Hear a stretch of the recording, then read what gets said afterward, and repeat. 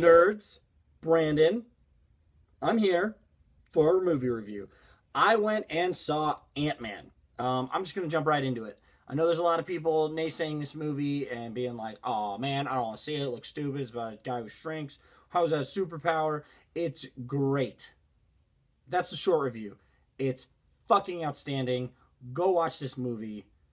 That's the short review. If you want to stick around and watch the rest of this, I'm not going to do any spoilers, just because that's dumb. And there really is stuff in this movie that I want people to go see. I don't want you to hear about it. Granted, the internet's full of, that crap, so you may have it ruined for you. If you haven't, I'm not trying to be that guy.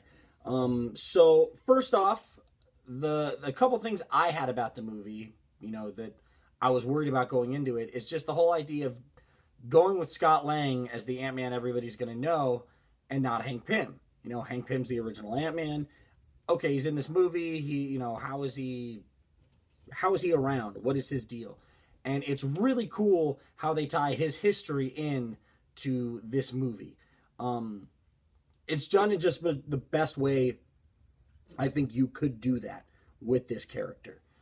That being said, the relationship between Hank Pym and Scott Lang is awesome. It's just so well done. I thought the storyline was perfect as far as why he gets chosen, how he's found. It's all really, really good. I can't say enough about that. As a comic book fan, as someone who, Scott Lang wasn't really the Ant-Man I knew about until I read Avengers Disassembled. I think that I started reading regularly again around New Avengers. So as far as I can tell, I kind of missed the whole Scott Lang thing. But like I said, this was done very well to use him. Michael Peña, off topic, is hilarious. He totally makes this movie. Some of the stuff he says, his delivery on stuff, he's a great character. I hope to see him around in the future. Hope Van Dyne, Hope Lang, Hope Pym. It's Hope Pym. Unless they're calling her Van Dyne, she's keeping her mom's name. Which is also really cool how they kind of include Janet. I don't want to, like I said, not going to spoil anything, not going to tell you anything, but everything's done really, really well as far as keeping the history of what we're used to and incorporating it into this new world. There's a big fight scene in the middle of the movie involving some people. It's hard to do this review just because there are a lot of things in the movie that I can't spoil and talk about.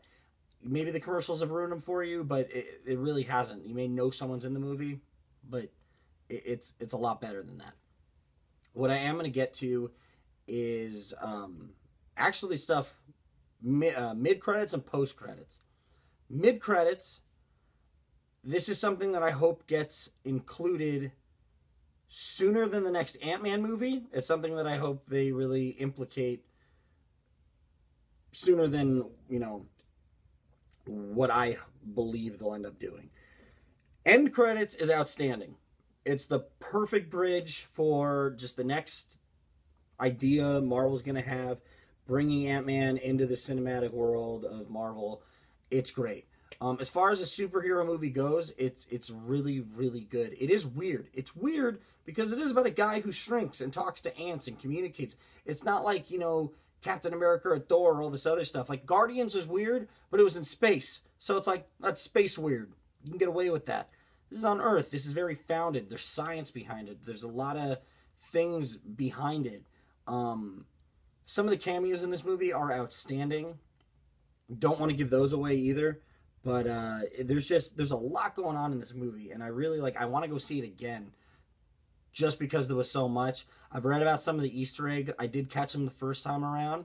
I will tell you guys, pay attention to the newspapers at any point in time in the movie. You see a newspaper, read as much as you can, because there's some stuff on there. They also do something really cool. They introduce kind of an area we may not be used to in the Marvel universe, cinematic universe. You'll see it. It's kind of the climax of the movie, but Scott Lang ends up in a place that we've never seen before, and it is just crazy.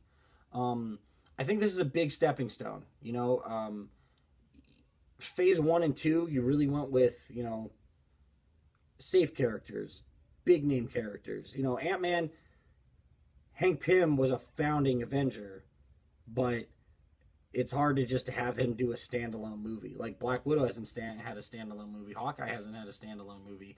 You're giving it to Ant-Man, of all people. It'd be way easier to do a Black Widow or Hawkeye movie, and they knocked it out of the park with this one. Marvel is batting 1,000 in my book. I see them doing no wrong, and maybe I'm on that train. I don't know. That's just my opinion. Personally, I'm giving Ant-Man 5 out of 5 nerd skulls. I absolutely recommend you guys seeing it. Let's talk about the after credit stuff in the comments. So just make sure you guys put spoiler. So if someone is not, you know, wanting to know this and haven't seen it yet, they know not to read that comment. So yeah, just put spoiler. I want to talk about it because it's big. I think it's huge. I want to talk about speculation. There's a lot of things, and that's cool too with this movie, is that it still standalone, but there's a lot of stuff it sets up for. So let me know what you guys thought. I love this movie. I can't wait to see it again. I plan on seeing it a few more times this week. So yeah, 5 out of 5 nerd skulls. Let me know what you guys thought. And I'll see you next time here on nerdlocker.com, a place for your inner nerd.